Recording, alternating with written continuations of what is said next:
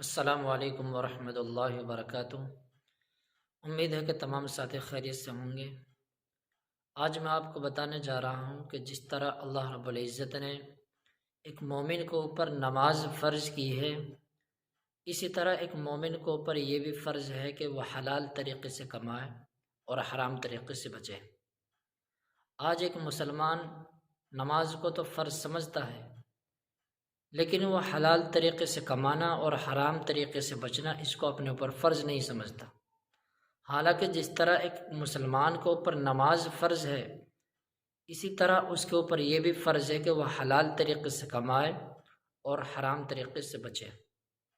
حرام سے تو بچنا ضروری ہے ہی، لیکن مسلمان کو تو اس کا مذہب اس بات کی بھی اجازت نہیں دیتا کہ وہ کسی کے سامنے ہاتھ پھیلائے، کسی سے بھیک مانگے، اللہ کہ وہ بہت زیادہ مجبور ہے، وہ ایک الگ چیز ہے۔ صحابہ کرام نے کبھی کسی کے سامنے ہاتھ نہیں پھیلایا، کسی سے بھیک نہیں مانگی۔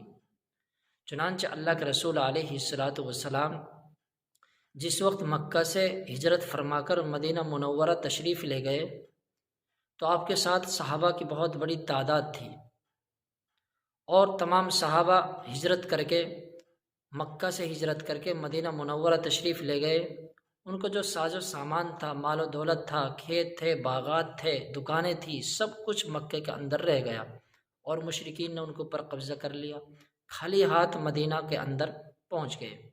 اللہ کے رسول علیہ الصلاۃ والسلام نے انصاری صحابی اور مہاجرین صحابی کے درمیان مواخات قائم کر دی، بھائی چارہ قائم کر دیا۔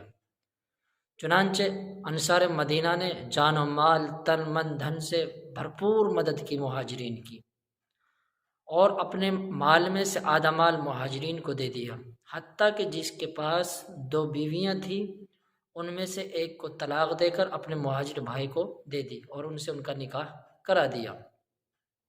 ایسے ہی معاملہ کچھ سعد بن ربیع اور عبد الرحمن بن عوف کے ساتھ ہوا۔ عبد الرحمن بن عوف یہ مہاجر صحابی ہیں، ہجرت کر کے آئے تھے مکہ سے مدینہ، بہت بڑے تاجر تھے، مالدار آدمی تھے۔ اور سعد بن ربیع یہ مدینہ کے رہنے والے تھے، یہ بھی بہت بڑے مالدار آدمی تھے۔ اللہ کے رسول علیہ الصلاۃ والسلام نے ان دونوں کے درمیان بھائی چارہ قائم کر دیا۔ تو سعد بن ربیع نے ان سے کہا کہ میرا آدھا مال تم لے لو، اور میرے پاس 2 بیویاں ہیں، میں ایک کو طلاق دے دوں، جو وہ عدت گزار لے، عدت گزارنے کے بعد تم ان سے نکاح کر لینا۔ تو عبد الرحمن بن عوف نے اس کو گوارا نہیں کیا اور فرمایا سعد بن ربیع سے، بارک اللہ لک فی اہلک و مالک، اللہ رب العزت تیرا مال میں اور تیرے اہل و عیال میں برکت عطا فرمائے، مجھے تو بازار کا راستہ بتلا دیجیے کہ بازار کا راستہ کدھر سے جاتا، بازار کہاں ہے۔ چنانچہ سعد بن ربیع نے ان کے لیے بازار کا راستہ بتا دیا کہ وہ بازار ہے، یہ وہاں سے راستہ جاتا ہے۔ تو حضرت عبد الرحمن بن عوف بازار چلے گئے اور خرید و فروخت کرتے رہے۔ چنانچہ دھیرے دھیرے دھیرے دھیرے ان کا مال بڑھتا گیا اور بہت بڑے مالدار ہو گئے۔ پھر انہوں نے مدینہ کے اندر رہ کر شادی کر لی، اپنا گھر جما لیا، لیکن کسی کے سامنے ہاتھ نہیں پھیلایا، کسی سے بھیک نہیں مانگی، کسی کے سامنے اپنا دامن پھیلانا گوارا نہیں کیا۔ یہ صحابہ کرام رضوان اللہ تعالیٰ علیہم اجمعین کی صفت تھی، اور ان کے سامنے اللہ کے رسول علیہ الصلاۃ والسلام کے فرمان تھا۔ اللہ کے رسول نے فرمایا، ما یزال الرجل یسأل الناس حتی یأتی یوم القیامہ لیس فی وجہہ مضغۃ لحم، آدمی برابر سوال کرتے رہتا ہے، لوگوں سے سوال کرتے رہتا ہے، حتیٰ کہ وہ قیامت کے دن اس حال میں آئے گا کہ اس کے چہرے کے اوپر گوشت کی بوٹی بھی نہ ہوگی، یعنی وہ بے آبرو ہو کر آئے گا، اتنے ذلیل ہو کر آئے گا۔ یعنی جو آدمی سوال کرتے رہتا ہے، لوگوں سے مانگتے رہتا ہے، بھیک مانگنے کی عادت اس کو پڑ گئی ہے، اللہ رب العزت کل قیامت کے دن اس کو ایسی حالت میں لائیں گے کہ اس کے چہرے کے اوپر گوشت کی بوٹی بھی نہیں ہوگی۔